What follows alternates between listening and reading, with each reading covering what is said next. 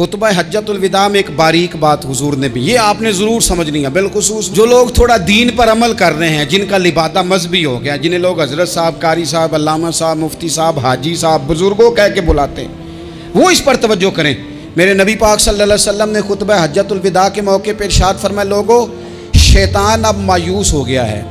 وہ تم سے بتوں کی پوجا نہیں کرا سکے گا، ہاں وہ تمہیں چھوٹے چھوٹے گناہوں میں مبتلا کرے گا،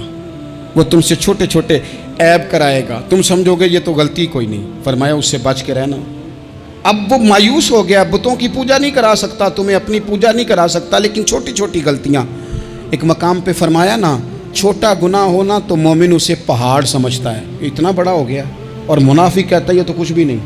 تو اپنی زندگی کے اندر چھوٹی چھوٹی کوتاہیاں، حضرت سعدی فرمایا کرتے تھے، سیلاب اچانک نہیں آتے، پہلے چھوٹا سا سوراخ ہوتا ہے دریا کے کنارے میں، اسے بند نہ کیا جائے پھر بڑا ہو جاتا ہے، پھر وہ ٹائم آتا ہے کہ بند ٹوٹ جاتا ہے، بستیاں ڈوب جاتی ہیں۔ پہلے چھوٹا گناہ انسان کرتا ہے، چھوٹا، پھر اس سے آگے بڑھتا جاتا ہے اور بڑی بڑی غلطیاں ہوتی ہیں۔ اللہ تبارک و تعالی ہمیں رائی کے دانے کے برابر بھی غلطی کرنے سے محفوظ فرمائے۔